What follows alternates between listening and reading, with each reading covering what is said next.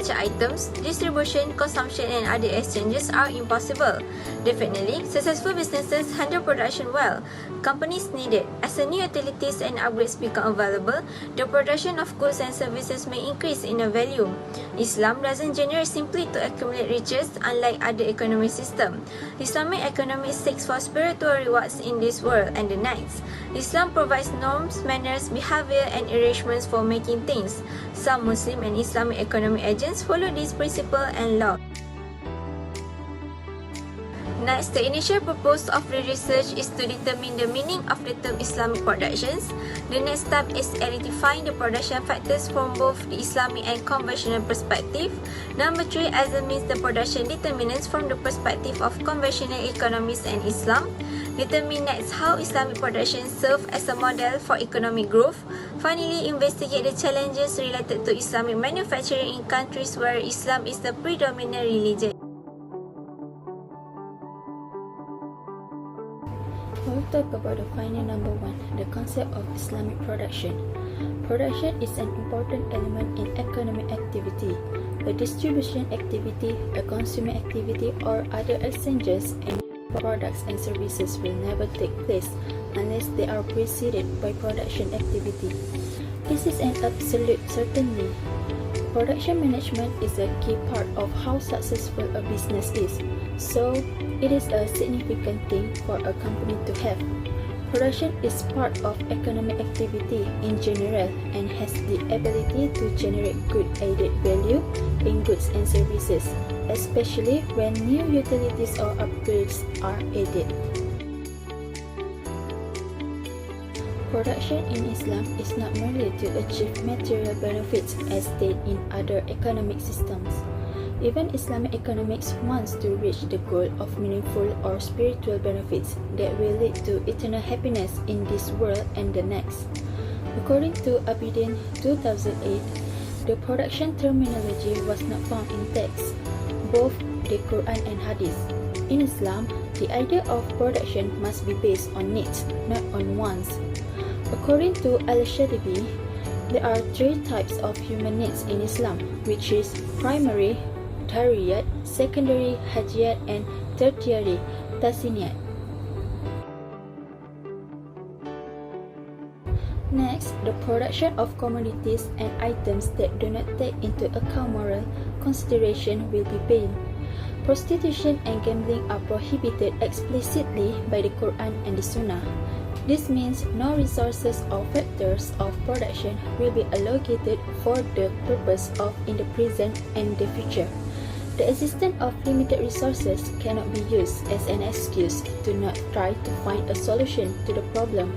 This means that Islam encourages its people to seek as much knowledge as possible related to the production of something new output and opposes the lazy nature of striving.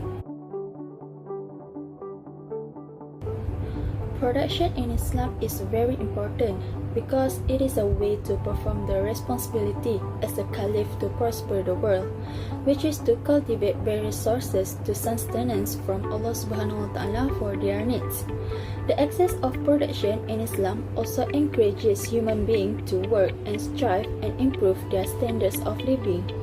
In Surah Ar-Ra'd, Allah said, "Indeed, Allah will not change the condition of a people until they change what is in themselves." The idea of Islamic production is also meant to meet people's needs based on their circumstances. This means taking full responsibility for oneself, one's family, and one's futures, as well as for Allah, Fisabilillah, and the development needs of the nation and humanity in general. Moving on to factors of Islamic production. Islam regard production factors as a means of using one's wealth and effort to produce commodities in order to maximize one's living need based on the concept of halal and haram. And any means used outside of the concept, regardless of the good, are not considered production in the eyes of Sharia. According to Islam, the actual factors of production are 3 rather than 4, which are land, labor, and capital.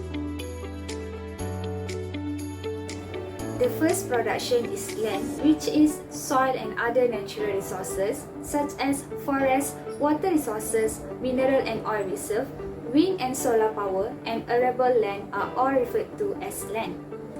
The Prophet Muhammad SAW successfully pursued his companions to cultivate idle land, ihya al-mawad, in order to produce food crops. The types and features of things produced should be consistent with Islamic principles, and operation should not degrade the quality of the environment, such as air, water, space, sound, and so on. To ensure that the activity is carried out properly, Islam established the principle of production as never producing a haram product or forbidden from the viewpoint of Islam, never destroying the earth, and maintaining the quality of the environment conducive to the survival of human and other creatures. Next is labor. Labor refers to human participation in the manufacture of products and services utilized in manufacturing, including technical and marketing knowledge. As a factor payment, labor receives fixed payments in the form of wages and salaries. According to Yusuf Qaradawi, the major production elements in Al-Quran are nature and human labor. Nature is the wealth that Allah has provided to the benefit of humanity, while work is all the ability and sincerity that humans mobilize both physically and mentally to nurture this inherent abundance for their own benefit. Last but not least is capital. Capital in Islamic economics consists of intermediary goods utilized in the production of products and services such as factories, transportation and logistics, equipment, and machineries. There are three fundamental principles in all economic activities and transactions, which is proportionary or al-tawazun, not being stingy, wasteful or extravagant, fairness or al-adalah, fair, correct, and just behavior, and ownership or al-milkiyah, legal utility of possession. That's all from me. Thank you.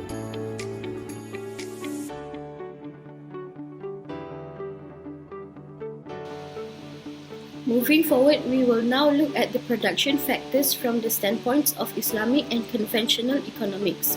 Even if the production components in Islamic and conventional economics are the same, with the exemption of the entrepreneurial aspect, the philosophies on each factor differ. Thus, let us discuss the viewpoints of both parties.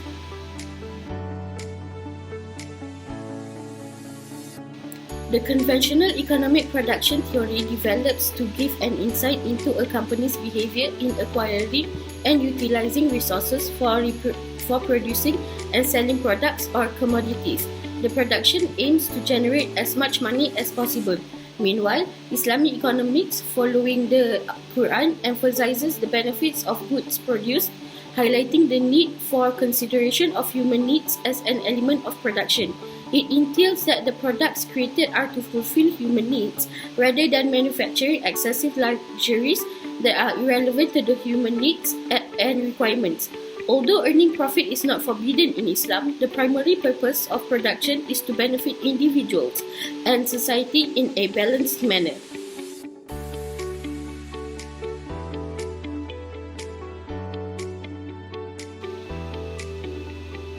For the first factor, land, the conventional economy thrives on immediate advantages by capitalizing on the country's natural resources with maximization. As a result, they are unconcerned with the long-term consequences of indiscriminate natural resource exploitation on future generations.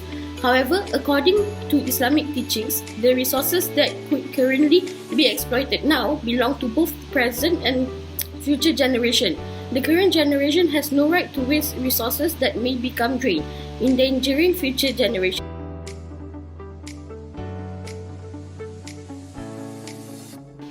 In addition is labor. From the conventional perspective, the aspect of human skills is labor. There are two types of skills, physical and mental labor, which are then further divided into smaller sections of skill class, productivity level, and professional or administrative, among other things. Physical labor is defined as a laborer who has to undergo a great deal of physical exertion, for instance, factory workers, cobblers, and tailors. Teachers, accountants, and physicians, on the other hand, are categorized as mental labor as they perform high intellectual work. According to Islam, humans as a factor of production must be viewed through the human function in general, which is that of Allah's Khalifah on earth. Humans, being Allah's most perfect creation, has spiritual and physical characteristics that complement one another. The labor market in Islam is governed by Islamic Sharia, which requires fairness and justice and pays proportionately to the task accomplished.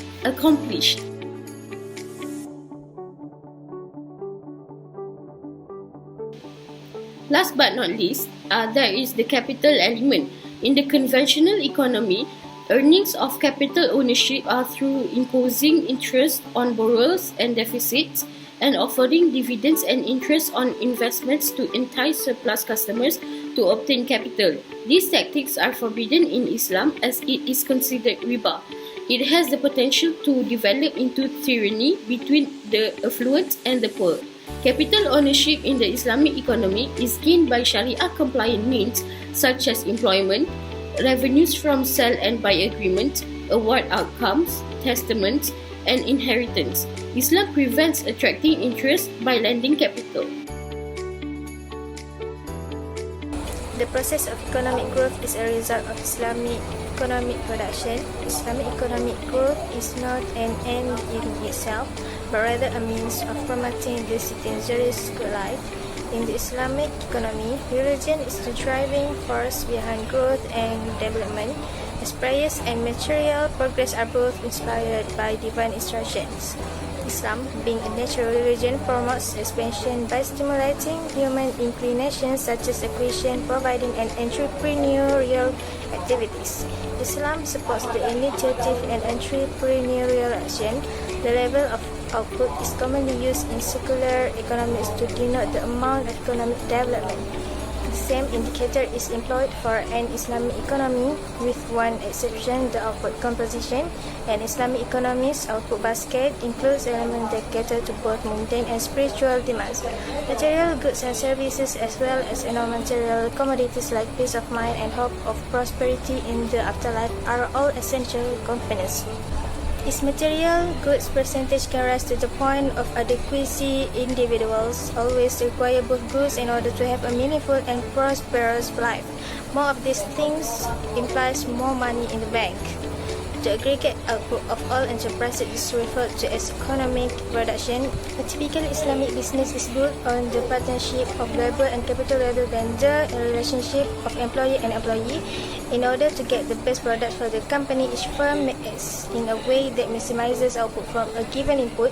Moral, cultural, and institutional factors are implicitly addressed in secular literature. Their purpose is encapsulated in the form of the production function. Some economists have pointed these factors' importance in the growth process. The method of limiting factors of production with respect to the physical world is incongruent. Moral considerations influence output growth both directly and indirectly. In this society, there are two types of factors, external and internal. External variables are tangible factors with a well-defined influence pattern. Internal factors are those that are not visible to the human eye. With the successful conquest of many non-Muslim countries, the Islamic economic boom therefore maintains that moral and institutional factors that should be explicitly included along with physical factors in the set of arguments concerning the production function of an Islamic economy.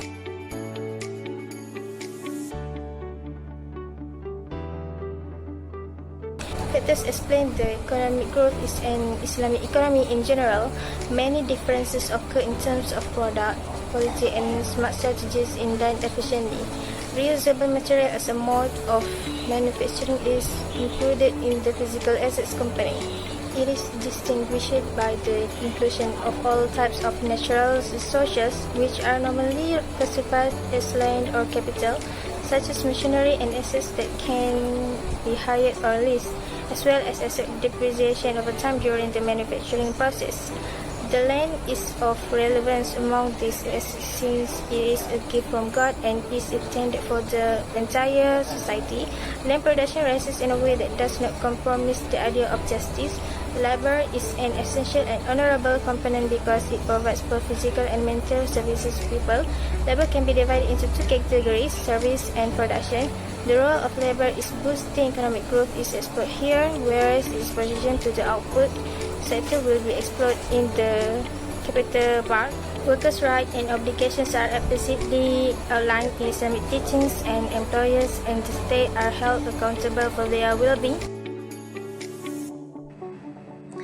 Thank you for the attention. Now we will move to the last point that will be presented, which is the challenges of Islamic production in Muslim countries. As we know, the reality that we need to face nowadays is the globe has been threatened by a lack of primary requirements for production, like food, particularly in the poor and emerging countries where the majority of Muslims live. Food scarcity can lead to an unstable living. Muslim countries are among those communities which are faced with critical challenges in terms of how to adjust with new global flows and modernity. They also face challenges in terms of production in their countries. There are various factors that can be identified. Among the main factors that are a challenge to Islamic production in Muslim countries is lack sufficient infrastructure and technology, and lack the means to process and use oil in their own industrial complex and to develop their own industries. According to the World Bank categorization, the majority of Islamic nations are classified as low-income countries with incomes of $975 or less, and lower middle-income countries with incomes ranging from $976 to $3,855. Poverty is significantly more prevalent in Muslim nations than in other ones. According to the World Development Report 2009, the majority of Muslim nations are developing. These countries rely on foreign help or finance because they lack autonomous scientific and technical research. The majority of Muslim nations rely on the West for technological infrastructure like machines, equipment, medicine, and so on, as well as high-quality consumer and luxury items. In terms of natural resources, while most Muslim nations have strategic locations on their world map as well as abundant natural resources, these resources and strategic potential are underutilized, and oil is one of the examples. The Islamic world is unable to capitalize on the opportunities presented by the regions it controls.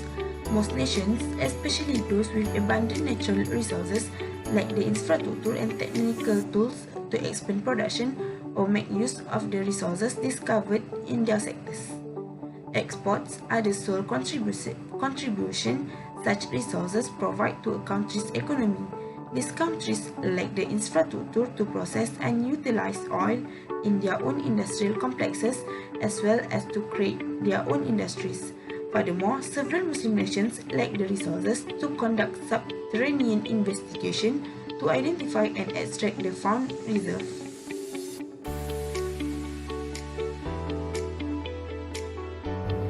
In conclusion, Allah Subhanahu wa Ta'ala gave people many things to help them to do their job as His Khalifa, which is representative on earth. As Khalifa of Allah Subhanahu wa Ta'ala, people have also been responsible for taking care of the earth's resources. So, only human things hold resources in amanah, which is trust. A primary purpose of production in Islam is not merely to satisfy one's earthly needs, but to bring Allah Subhanahu wa Ta'ala pleasure in the afterlife. When making production choices in an Islamic economy, producers must consider the Islamic concept of justice and fairness. Islam directs that the foundation of all manufacturing activities should be based on values. Halal production is required in Islam. Delivery haram goods and administrations is forbidden in Islam because it might negatively impact people.